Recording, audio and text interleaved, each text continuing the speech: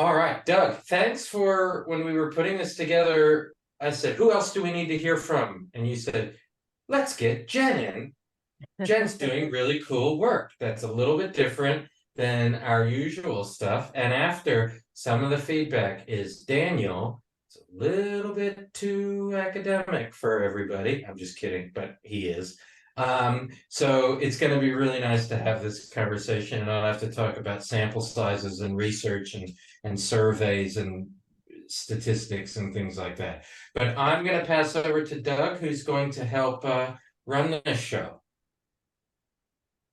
Hey everybody, my name's Doug.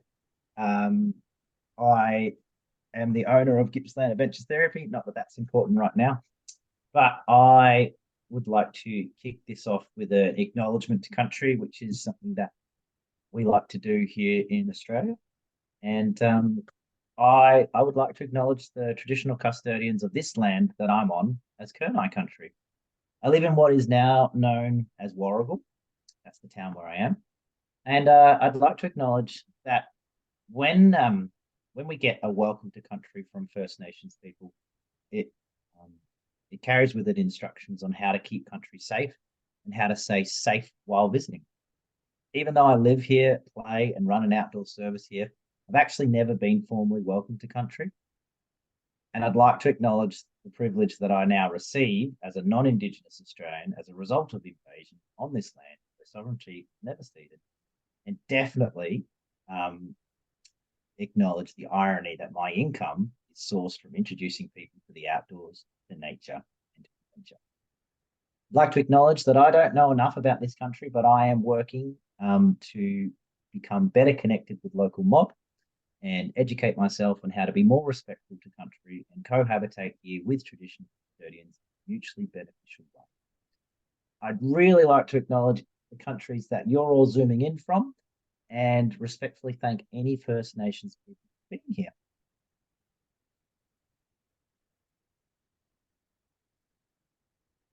And now, the reason we're all here is Will and I are going to have a little chat with my dear friend, Jen Rees, or Gypsy Jen, as my kids call her. And probably maybe a bit different to some of the other webinars you've had, Will, is that this is definitely more of a conversation and an interview with Jen, who is the founder of Flow Outdoors. She is a raft guide. You're a qualified teacher. You own two businesses, technically, probably. And you are a freelance facilitator for outdoor education and experiential programs, mainly in Victoria, Australia, but you have worked all around the world.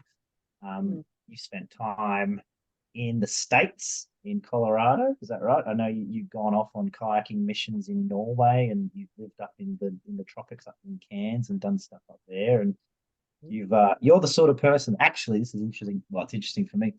You're the sort of person that I tend to bump into in random places. Like I remember once I bumped into you in New Zealand on the Fox Glacier, and then a couple of years later, didn't know you were there. Then a couple of years later, I bumped into you at Manaranka Hot Springs while I was there with a group of kids, and you were just there on holiday, which is Northern Territory. So Gypsy Jen, she pops up everywhere.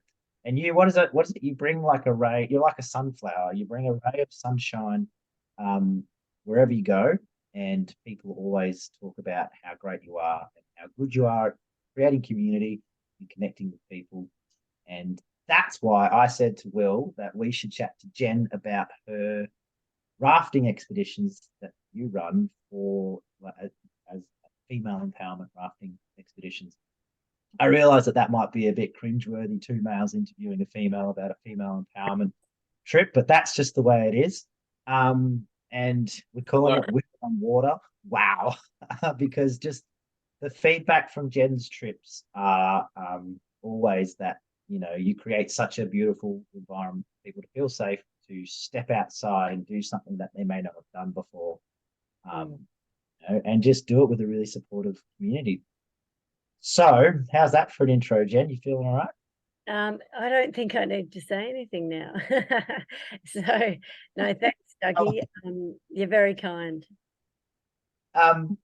So I've got some questions. I do have a list of questions that I'm going to ask you, and we'll just sort of prompt ourselves to roll through, and it'll be a great thing.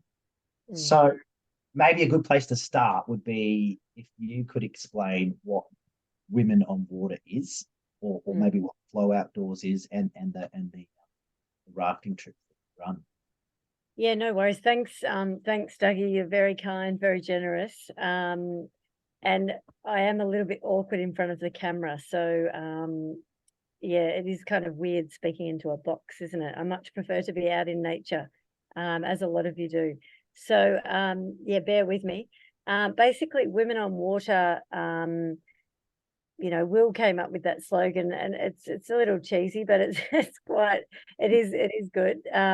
I guess it's about women, sharing a journey together on various rivers, and sharing the adventure, the skill progression, the excitement, the community, the friendship, the good food, and the sense of belonging. So I feel that rivers are a great place for that adventure to happen. But it's more than that. It's the actual journey itself, and how it's facilitated. That's when the magic happens. So like Flow Outdoors, I started with a friend, Rachel, and that was to offer a space where women could feel safe, come together, like on a facilitated adventure. And it could be walking, it could be surfing, it could be camping, and to have some fun with other women and to share their stories with each other. And for me, I've sort of chosen to focus on whitewater rafting for my last few trips, because I feel it's one of those activities where you can have a lot of fun, and there's excitement and challenge and growth, but I just love the energy of the water. So I think, yeah, And that's you're what we're going to a focus water. on. We're going to focus on water That's today. your happy place. And yeah, and my name, Jennifer, actually means white waves in. I feel quite connected to moving water, the energy of it, surfing, rivers, and I love sharing that excitement and passion with others. We met on a whitewater rafting course, didn't we? We did, and I'd originally started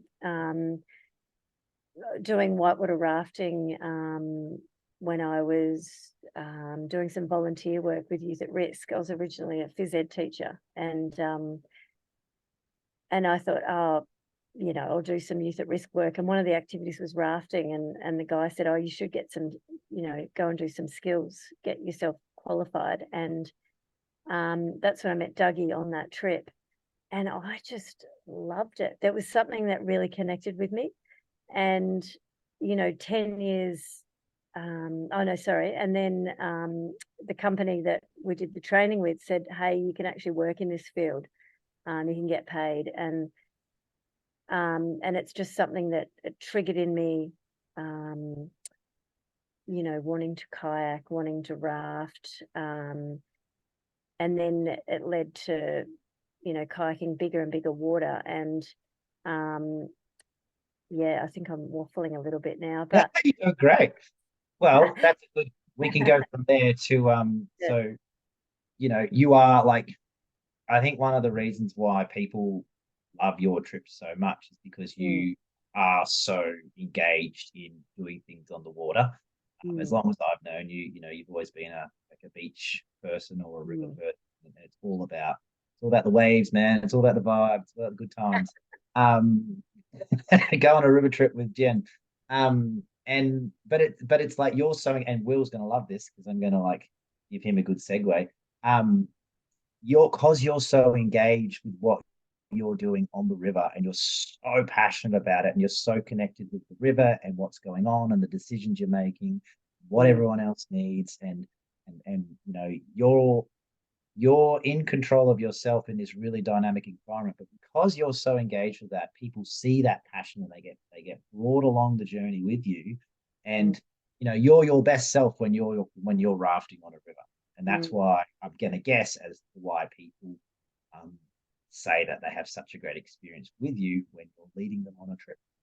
Yeah, no, yeah, absolutely. And I think that leads into, you know, my story of, like, I've felt that the greatest time of growth for me has when I've been with encouraging people on a river, with a group of friends, going down a rapid that it scares the heck out of me sometimes, but we break it down, we have a look at it, watch someone do it, then we have a go at it, and in actually, you know, getting better at the skills and getting down the rapid safely, it helps you feel like you can conquer anything. And I think that's what I've loved, you know, my own personal journey, and loved bringing that to the other women. So when they go rafting, we break it down, we teach them the skills, and then they achieve the success, and then they feel like they're awesome. So, you know, and then they take that with them. So I feel that, yeah, that being on the water is really healing, and the energy that you get from the moving water is amazing. But it's not just the water.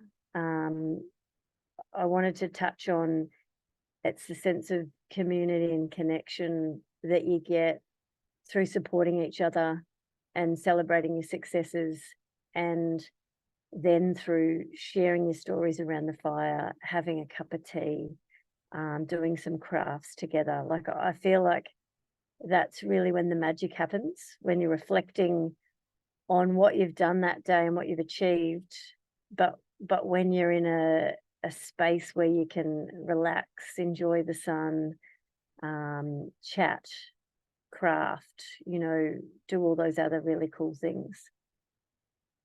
Yeah, it's not just I was thinking, Jen, when I was listening to you, I can't believe I didn't think about this when we chatted on the phone however many weeks ago, that I interviewed this young woman, and this is not necessarily related to programming for women.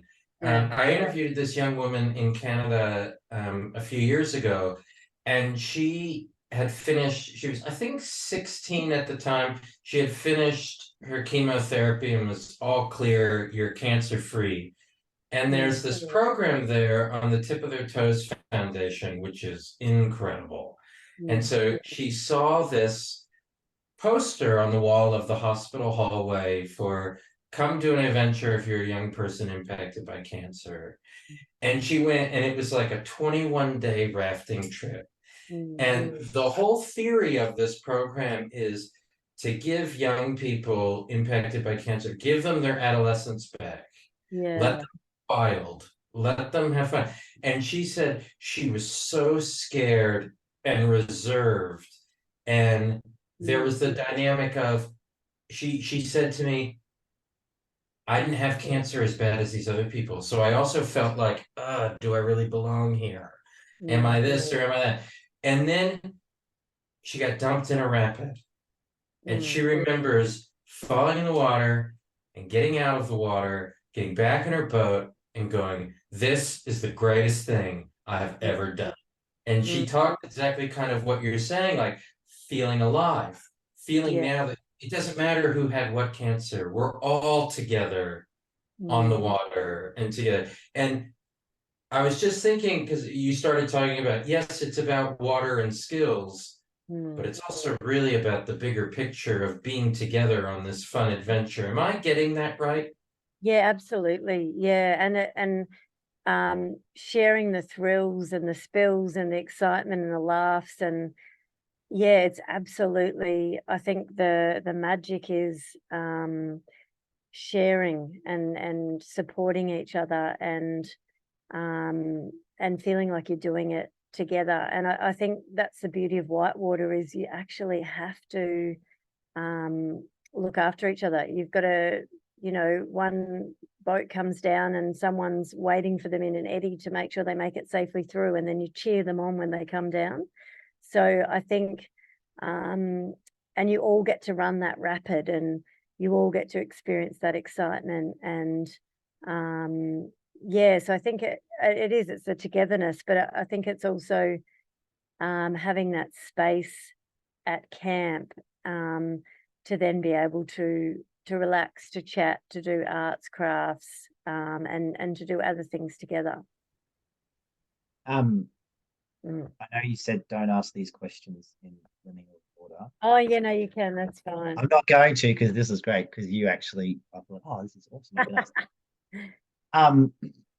Just on that, so you've been a raft guide commercially. I've been a raft guide. I'm sure there's other people that have worked in the field too. And it is traditionally, it's such a boys' club. Like, it's very bravado. Oh, swimmer, you fell out. You got to do a booty beer, or it's.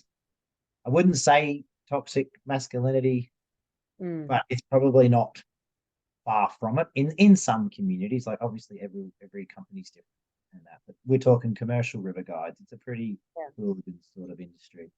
But here you are running rafting trips with rafting guides. What was my question? So what do you think? Oh, this is actually a two-part question. What do you think your business or your trips, how are they different? I think you probably already answered that, but why do you think creating a female or expedition or female empowering expedition is so positive for participants? Because when we say, like, we didn't explain this, but your expeditions, then it's not just you do day trips like down the Yarra River, but these are like 4, 5, 6 day trips down the Snowy River, the Mitchell River. These are remote, long journeys that you do in Victoria. So so I think it would be cool to hear you talk about why creating this female empowering group, because all of your guides are females. Like, so I definitely so I'd choose to have a completely female environment so that people can just feel that sense of letting their guard down, feel they're safe, I feel it creates a really supportive environment where people can let their guard down, because we do naturally act a little bit different when there is guys around. Like, even I know myself, I'll let the guys do the heavy lifting. I'll maybe look to them sometimes, should you go first down the rapid, but I feel like the women really step it up a notch when they're on their own. And I found that with working with girls groups, Year 9 programs. I've done 30-day treks and hikes where it's just a group of women together and girls, and they step it up, and they I don't know, they come out of their shell a little bit more. It's not to say that it's not awesome having guys on the trip. I love co-ed groups as well, but I think it is a bit special when you just have a women's only group. The same with a men's only group, because you can be completely relaxed in yourself, let your guard down, support each other, share these experiences together, connect. There's safety. You can build networks, have mentors, and I think, I choose to just select female guides as well, who are strong and confident, and can also mentor others, other girls, to show them that actually we can do things well, and you might just do it in a different way. So I'm not going to use brute force, but we're going to work together as a team to lift this raft over. Or I can choose lines and to go down the rapids in a really clever way without overexerting myself. So I think there's a real magic in just running a women's trip. Yeah. And like, when you talk about guides, like, you got Georgia running on your last trip. She's a world-class guide in her own right. She taught me how to paddle. Not that I'm any good, but she still taught me. But I think too, I remember when we were chatting a little while ago, we were talking about this particular point about, female empowering trip. And you sort of also added that it wasn't so much like a feminist type. I hope I'm saying this right. It wasn't so much about a trip, but it was more just a community of women supporting each other and showing up however it is that they need to show up. And this this is a good little sort of into the next question, because then what you said is like you emphasize community and inclusiveness and around like, you know, it doesn't matter if you don't want to paddle this big grade 4 rapid, we'll make you feel comfortable, whatever that is, whether it's walking the rapid or whether it's sitting next to the guide, or, you know, and then when you get into camp, we talk about how the food is so important. So and that time for people to reflect. So maybe it would be great to hear you talk about the food, because I know that's a massive thing for you, and the feedback from people is around the food. And there's a great photo there of, is that Indy? Yes. With that amazing looking platter there, and like the food can make or break a trip. Yeah, and I think preparation is the key. Like I put hours of work into working out the menu, and then how to store the food, wrapping the vegetables individually in newspaper, so that there's no moisture, so that they'll last the 7 days.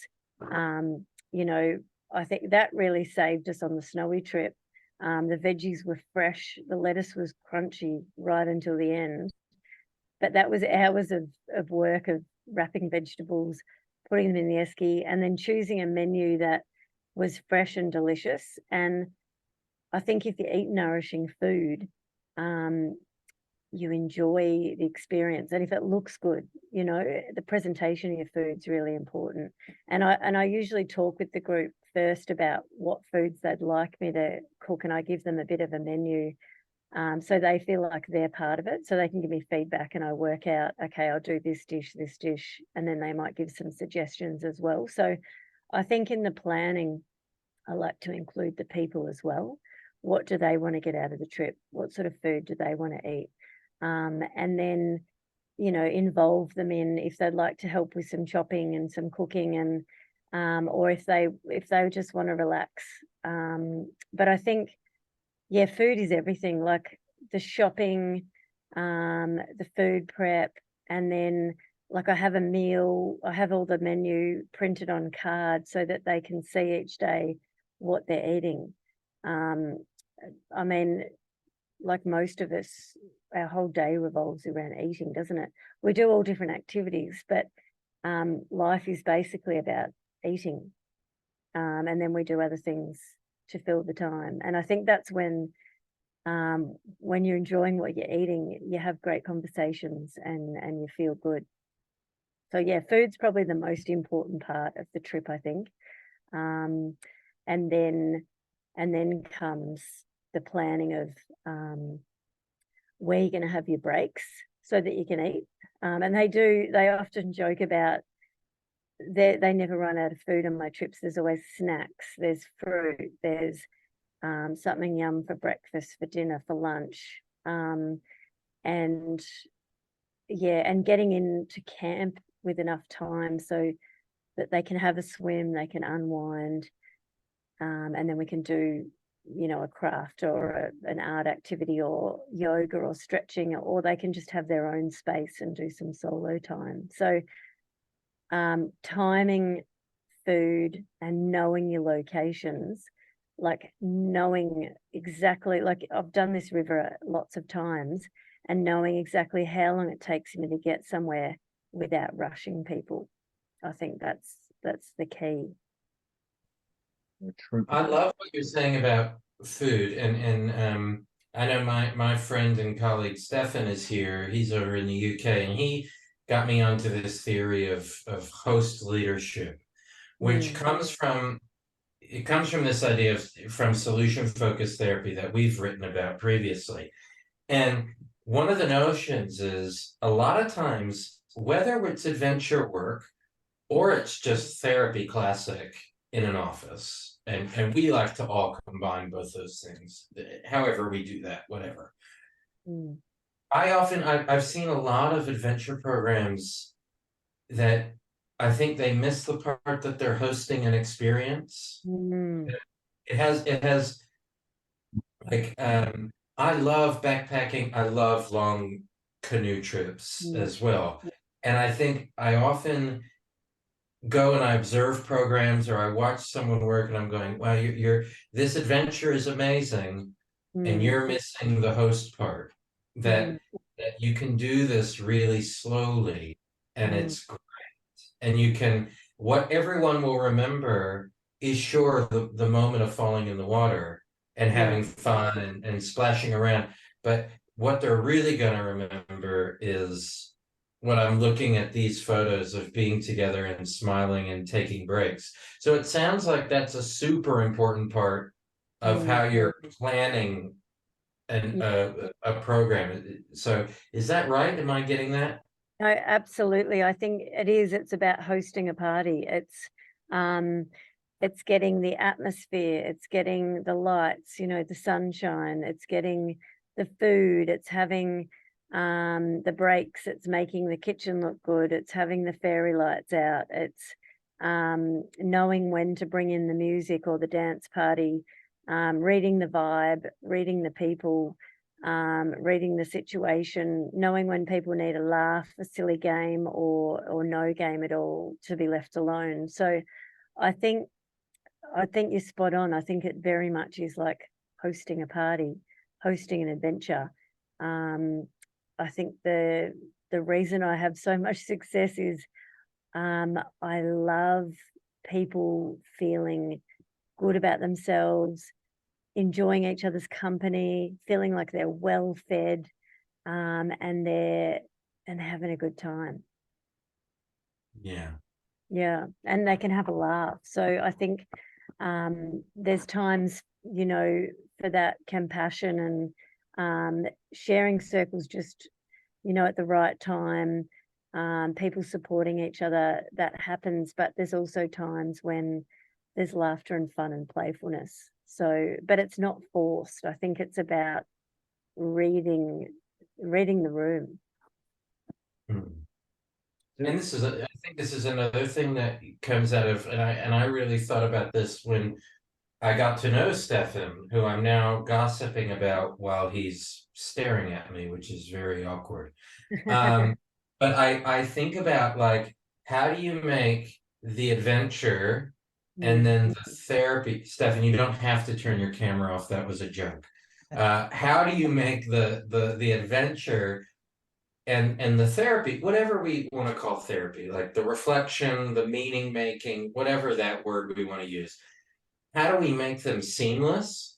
And it sounds to me like that's something you're kind of thinking, if we're going to sit around and do reflection, when's the time for this? Because if it really is just based on the clock, half your group's not going to care about reflecting at that time, right? Absolutely. Yeah. Yeah. I think it's, you have to be flexible and adaptable and know when is the appropriate time. It's not about, oh, we're at the campfire, let's all share how today was. If it comes up, if it feels right, it's just having a bag of tricks in your pocket and maybe pulling it out at lunchtime, or, oh, there's a moment, let's do it now. I think, yeah, sometimes we can rely too much on a script or you know, a timetable, but I think it's, if you tune into people and the situation, I think you know when the right time is. You just got to think. And even school kids, I've found that recently. I've just worked with some year 10s and they said they really enjoyed my program because I was flexible and adaptable, was able to, and tuning into the vibe of the group. So whether it was school kids or adults, it was like, oh, they need a laugh right now, let's pull out some wacky games. Or no, everyone needs some space, they just need to get the fire going and chill out. What you just described, Jen, is like an extremely high level of functioning that you do for the entire trip. And like I've run, you know, trips with complex young people myself. So I kind of know the effort and the energy you're putting into it. But also too, and maybe because I'm not a clinically trained person either, like you and I come from an outdoor guiding background, and I love hearing you talk like this because like what you're describing is that, you know, what you're doing is you're constantly assessing who needs what, when do they need it. Like, you know, you're not following A plus B equals C sort of schedule. And like it's so intuitive, which is wonderful. And I wonder, like, what led you to this point where you were like, you know what, I need to run this type of trip? Like, because, you know, Yeah. obviously, how long have you been working in this field? Like 20 plus years? Yeah, Something like about 20 years. Yeah, I think I'd always run, I'd worked with school kids and then started working in the outdoors with youth at risk and just average school kids. But then I started working in mental health with Outdoors Inc. So I worked with adults with mental illness for about 10 years, and all of the clients seem to feel calm and relaxed and just enjoy. I think I'm human with people. I think it's about being relational, relatable, and human and real. So while staying professional and having boundaries, it's still about being human and treating each other as equals, even though I'm guiding and they know that I'm making the decisions. It's still about listening and being open to people. I think I'm getting a little bit sidetracked, but no. but basically, I think through working with the adults with mental illness, I started also working on some women's camps and seeing the value in that. And then I got asked to do some girls expeditions for some school groups and saw the value. I saw, wow, these girls are actually stepping up and, you know, really getting into it and growing like I haven't seen them do when they're around other boys. They sort of shy away a little and let the guys dominate, whereas I found on the girls' trips they step up and let their guard down and have a bit of fun. And I personally, I think I really thought I want to do these women's trips because I got so much out of it myself when I was kayaking with my female friends and we were encouraging each other. I also got a lot of encouragement out of my male friends, one of them, Dougie. But I found that with the girls, I don't know, there was this beautiful camaraderie and encouragement. And so I think, yeah, I thought there's not a lot of women's trips happening in Australia. And that's when I went over to America and joined the Summit Sisters in Colorado, one of their conferences, and met some awesome women there and went to Women of Courage in Canada. And I thought, oh, that's a cool program too. And I thought, yeah, we need to get some of these trips happening in Australia. So I've run a couple with women experiencing mental health issues. And I think what I needed to do though, and what I did was developed rapport with those women so they felt safe, comfortable around me through day trips, through camps, and then they've come on multiple programs. So I think that's the other thing is it's not just a one-off. I think the beauty of running these trips is the women come back, they know each other, they feel comfortable, other women join in, they can share, mentor, and help each other grow.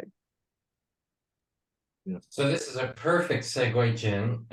Kate has asked you a question that do you find that women open up about, and again, I don't think Doug and I know how to ask this, so I'm glad someone else did. Do the women you're going on these trips with, do they open up about other women's issues during the trips?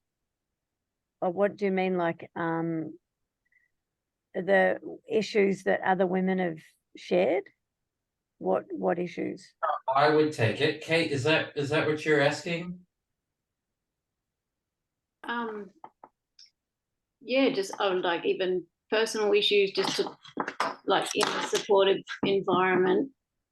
Yeah. Do they utilize that to try to get feedback on their own personal issues? Yeah, good question. I try and keep pretty strong boundaries on oversharing. so that it doesn't become a big therapy session, because I'm not therapy trained. When I work with Rachel, Flow Outdoors, she's got the therapy background, so she can delve more into that with the women. But I'm pretty strong on to how much we share, that it's a supportive and encouraging environment. But if people want to have conversations, they can, and they often do, and encourage each other. That's something that I'm exploring, how we do that, and that's why I'm working with Rachel, who's studying Masters of Counselling, so that we can hold a safe space for that. How do you say to them, like, how do you tell them what the boundaries are? Oh, yeah, good point. Well, when I was working with Outdoors Inc., we say to the clients, we're not therapy trained, so we're not their counsellor. They've got their own counsellors that they can talk to, but we're there to provide a safe space where people can feel encouraged and grow and supported. So yeah, just to think about what they're sharing with each other, and whether they feel it's appropriate. Because I have worked on a domestic violence program where I was just an assistant, and the women were starting to get into a bit of a spiral. So I feel like keeping the boundaries solid is really important. And they've got counselling and other places to go deeper into those things. When I was on the Women of Courage program, observing, I thought they did it really well through storytelling and plays. After the women went off and did solos, they got to come back and share a bit about their story, and the women who were facilitating that reenacted it through a type of metaphorical, play, representing themselves as a rock and different things. So that's something I'm exploring, and mostly the women I've worked with at the moment I know well. I've worked with them for years, and yeah, we keep it fairly safe and encouraging, and don't delve into the deeper therapeutical, aspect. Yeah, it's such important, I think, it's such important wisdom to know what you want to open, and there's so many similarities. I'm just listening to you, Jen, and thinking of everything I've learned from Stefan, and I think he's probably nodding along at the same time. And so I've brought him up too many times, but we worked on a project about we talked about leave no trace ethics as also an ethic of care. That and what we did is we went and we talked to elders around Australia and a few from New Zealand. And one of the things they said is be very mindful of starting, because one of the ethics of leave no trace, minimize campfire impacts, right? And one of the elders said, this is Uncle Ken, who many who've engaged in the adventure therapy community might know in Australia. And Uncle Ken said, well, when he hears about minimizing campfire impacts, the metaphor that comes to him in his therapeutic work, and he works with Indigenous people in prisons, and he said, it's so important to know, if you're going to go deep into something, if you're going to open a fire, you're going to look at the fire in somebody, this trauma, are you just going to end the session? How much time do you really need to do this? And what the research is people don't really need to talk that deeply about anything to get things out of an experience. They can stay on the surface, and that can be where the neurologically their brain stays engaged instead of bringing up. So I often think, as someone who has some clinical training, which I listen to Doug apologize about this all the time, and I want to go over there and say, why do you do this to yourself? You know just as much as I do. I'm not any better or worse than you are. But I think one skill is just knowing where your guardrails are, and that can stop that oversharing, or the hijacking of a conversation. is knowing if you've asked a really good question to the group, Mm. that it goes quickly. And that doesn't mean it's way too superficial. Sometimes Mm. the meaningful stuff about the day can be really impactful. Mm. Mm. Anyway, I thought that was really wise to say that. I really enjoy. I wrote it down. I really liked it. The next question we had is, can you describe who are the women that come on these trips? Why do they choose to attend? What are they? What are their best hopes for coming on these trips? Yeah. Well, a variety of women. So far, I've had quite a few women in their 50s and 60s who were friends of my mum at the sailing club, friends of friends, and then my friends' mums. So we've had a few mums come along, and also I've had some past clients from other organisations I've worked at come along on trips that have felt safe under my guidance on programs. But it's basically open to anyone who feels like they're, and obviously we do market it at people that feel like they are stable enough to go on a trip, that, you know, they're feeling emotionally stable, whether they're medicated or they're feeling, you know, strong within themselves. So any women basically to go on these trips, but I like to do a day trip first where I can get a gauge of what they want to get out of it, who they are, what triggers them. Like I go through a bit of an interview session, what triggers them, what makes them feel safe, you know, all those different things, so that when I put a group together, I know that they'll be able to last out there for the 6 days together, and their personalities will all work okay with, or do I need more staff to help support the program? I had a lady who was blind, and her mum was deaf, and they contacted us through NDIS, and they came on a program, and I just made sure I had another guide who could support the girl who was blind and take her rafting. So we've taken mental health, we've taken older women, we've taken people, you know, one who was deaf, she had a cochlear implant and she absolutely charged down the rapids, and then her daughter was pretty blind, and we had an instructor that was just with her the whole time. So so we're pretty new to running the women's raft programs, only been doing it a couple of years, but yeah, hoping to open the door as we get more and more confident, hoping to open the door to more and more women who feel they've got enough confidence to step outside and give it a go, but definitely will create an encouraging space where they can grow and feel supported and challenged. And Does that like, answer your even I hope it answers this question. I think it does. Just what you said about when you grow with your confidence. Like, Jen, you've been doing this for 20 years, and I don't think I've met many people as intuitive and as good at guiding a group as you are. So I think you struggle with the same thing that I struggle with around that whole imposter syndrome. So we'll work on that together. But as you were talking, I flicked over to the next slide where it's just got a couple of those testimonies that you sent me. Jen, if you have issues with the format of these slides, I did it. It wasn't Jen. This is not her style. Thanks, He was on a 10-day trip, and I was like, I'll do it for you.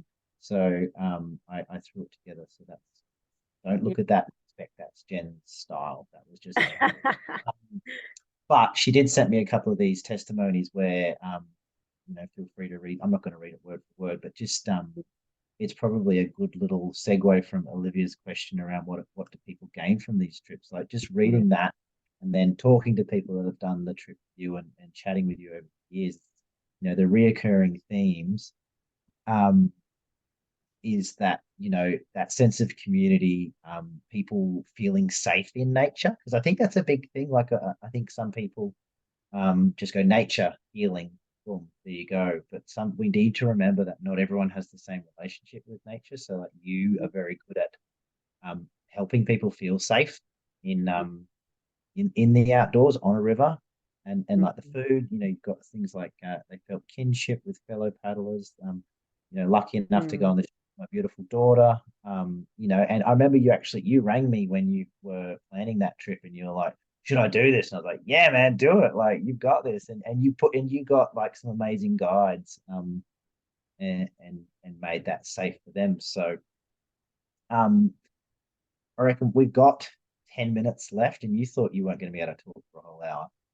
We've got 10 minutes left. So maybe did you want to share some of the feedback that you've gotten from doing these journeys? Like, you kind of think you started on that. I'd also encourage anyone else who might have a question that they want to throw at Jen. We've got time. Because then my next, Stefan's got his hand up. Because then my next question, which I'll wait. Go for it, Stefan. Oh, great. He's not going to. He's going to talk. He's not going to put it in the chat. Can I jump in now? Yeah. Yeah. Jen, thank you so much. I really enjoyed the story of your work and how it's evolved, and it's so much. I agree with everything so much. I love that this is a case study in host leadership and the in the wilds. And I'm particularly impressed by the sense of community that you've got with a focus, which is the river trip, and how supportive that is. And I absolutely agree that structuring therapy time, if you like, is such a bad idea. I'm so against doing therapy to each other, but I think if you create this, if one creates this supportive community with a focus, everybody's got something in common, and lots of downtime. I always find that people create their own therapeutic moments. And I think you're absolutely right to put a boundary on that, because I think what's important to sort of moderate, if you like, is when people have, they want to talk about their experiences, and people listen, and the intent is that it becomes gossipy. So we talk about people becoming tourists in other people's lives, and that is so unhelpful. So well done to you for that as well. I think you've got a great formula, and I've done this sort of thing myself with paddles across Scotland and treks and stuff, where I definitely think less is more, and just sort of just keeping the community going, and cooking with real raw ingredients. It is such a great thing as well, and that that's time for people to pair off or go into small groups and talk about stuff that's important, and perhaps feel supported. And lastly, it's not too hard to learn some good questions to ask that don't delve into people's past, or don't lead to being a tourist in someone else's life, and giving people really good things to think about in terms of hope they can generate for themselves, and what they'd actually like instead of what they've got. So top marks to you. It's been brilliant. Thank you. Oh, thank you. That means a lot to me. I really appreciate that. And I think it comes down to being genuine and relational, like being real. And I think that's what people have enjoyed about my trips is I can relate to them. And I mean, I've been through my own experiences, and we don't all sit there and talk about how we've grieved this and grieved that, but I feel like we bring each other up in joy, and you can see that people have got battle scars, but I think bringing each other up in joy, and I've you know, I've been through helping someone close to me in rehab, and what used to frustrate us was that they'd want to delve into their past and say, well, it must be because of this and this, but actually it's about how you can go forward and what you can celebrate now, and the strengths and the courage you have and what you've just achieved rafting, and how you can take that back into your everyday life. So I'm big on the metaphorical transfers of you know, and that we often do that during the trip. Life is like a river, and how can we create some of these things for ourselves when we get home, and how we're going to cope with the triggers when we get home, when we're out of this environment. So I think I just think being real and building each other up is really important. Absolutely, and I think a river trip, like the ones you do, it's such a great unspoken metaphor. You know, we're going to start off here, and we're going to end up down there, and everything's going to be different, and it's going to be we're going to have a great time on the way. That's excellent. I'll stop. I'll stop demonstrating my enthusiasm for all of this right now. Give somebody else a go. Thank you. No, I just want to interrupt, Jen. I really love this, but my family all just got home and they have to celebrate my daughter getting a job offer or something that is related to her uni degree. So I have to go hang out with other powerful women. I am sorry to leave you, but I absolutely love this. And this was so amazing. So I'm going to leave you in the trusty hands of Doug, if that's okay. Thanks, Will. Thanks for your help. No, thank you, Jen. This was so wonderful. And thank you for taking part. So, Doug, you're the fearless leader along with Jen now. Wow, there's some responsibility. Passenger. Well, thanks, Stefan. I love your enthusiasm. Never apologize for that. I've got one final question, Jen. And I've got lots, but we'll just leave it with one final question. But just again, I'm just going to reflect on like how much thought. I'm looking at these photos, more photos of food and just people hanging out together and stuff. Like how much thought you put into these expeditions, and like you don't just go, we're rafting. Rafting is amazing. All love this like I do. Be me. No, you're not imposing yourself on others. Like you've got.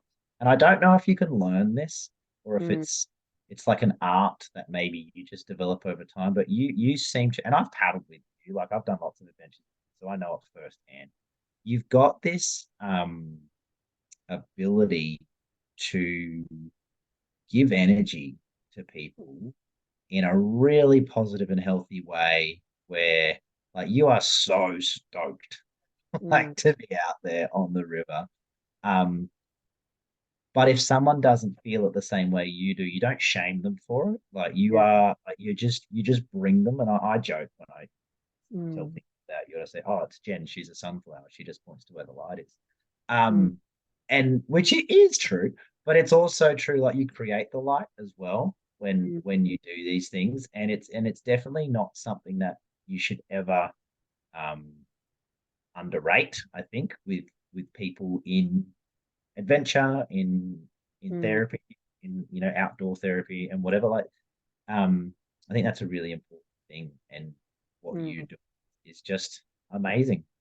So this is like the build up to the question is what's happening next with your trips and flow. Like where are you, with two-part question, where do you want to take it? Like have you got anything that you're planning, or what are your hopes for it? And then I think what would be your hopes for people listening to you tonight, for them, if they could take one thing away from this little chat, what would it be? So what are your hopes for You've just asked a few questions. I have so I'm not very good at math.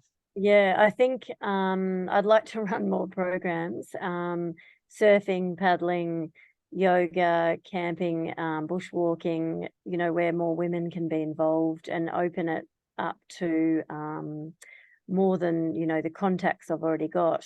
It'd be great to get more women coming onto the programs. I think I'm running another snowy trip in January. But I think so what I'd like everyone to take away from it is to just be real and authentic in whatever you do. And when you say I'm bright and sunny, I can be quiet and sensitive as well. And I think it's reading the room. It's not about being over enthusiastic when it's not appropriate. I feel like it's I think you've got to read the room and be genuine and authentic, but with that bring sunshine and light, because I think we need more joy and more love in our lives. So I think creating a sense of belonging where people feel safe is really important. Hang on, Stefan. Debbie just wrote a question just asking, Jen, do you find less adventurous water activities such as kayaking on a saltwater lagoon can still be powerful? Oh, absolutely. Yeah, absolutely. And even I've found my adrenals, sometimes they're shot and you can have too much adrenaline. So I think, canoeing down a river, a flat river for days is amazing. And I've done that with students and adults as well. And I think it can be more calming. So I think developing a program for whatever cohort you've got is really important. If people's adrenals are shot, don't overdo it with the adrenaline. And yeah, Debbie, double thumbs up. Awesome. And Stefan, maybe unless someone else has got a burning question, you can have the last one, because then I have to go put my kids to bed. It's not so much a question, an observation. You talked about reading the room. Of course, your brilliance is in reading the river. So that is the metaphor. The safe eddies. The eddy lines, the hydraulics, or the siphons. You see all of that. So in I should imagine in such fantastic detail. So you've got so much experience. So that's rather than reading the room. I like that. It's much more complex. You're able to work out, where the safe flow is, and it's so rich. That's cool. I'm your number one fan. I just think this is great. Yeah, but I think that comes from making sure in my own life I've got those support networks and space to feed my soul and energy, so I'm really balanced when I'm on the programs. Like I go into the program, and that's probably something I should touch on, is I go into it really focused and feeling calm and leaving any of my own stuff behind, or I've dealt with that. And I think knowing how to rejuvenate and look after yourself is really important. No, absolutely. Number one thing. Are you in the chase boat or you're in a raft yourself? Oh no, I go in a raft myself with the ladies, or I'll be in one of the sports rafts so that I can move around and eddy out, and they come down and I can grab them if they fall out. So yeah, so I'll often, if we're in the sports rafts, 2-person or 1-person, I'll be in on my own so that I can, and I'll have another guide on their own. And then I might have a gear boat with a guide as well. So that, yeah, we're dotted around the river so that we're in the right spot for safety. Yeah, great. I'll shut up now. Sorry. Oh no, it's great. Well, that's brought us to a whole hour, and I didn't even ask you all the questions I had. Oh. Amazing. Amy just wrote on the chat, in case you haven't read it. This was so great, Jen. Thank you. Me and my female friends have started doing Girls Gone Wild weekends together, where we go away in nature somewhere, and it's been such a free experience for us. So we'll leave it there. If anyone wants to get in touch with Jen, I've put your website up there. So I hope that's a good way of getting in touch with No, you. that's awesome. Thanks, Dougie. Yeah, no worries. And yeah, I like it.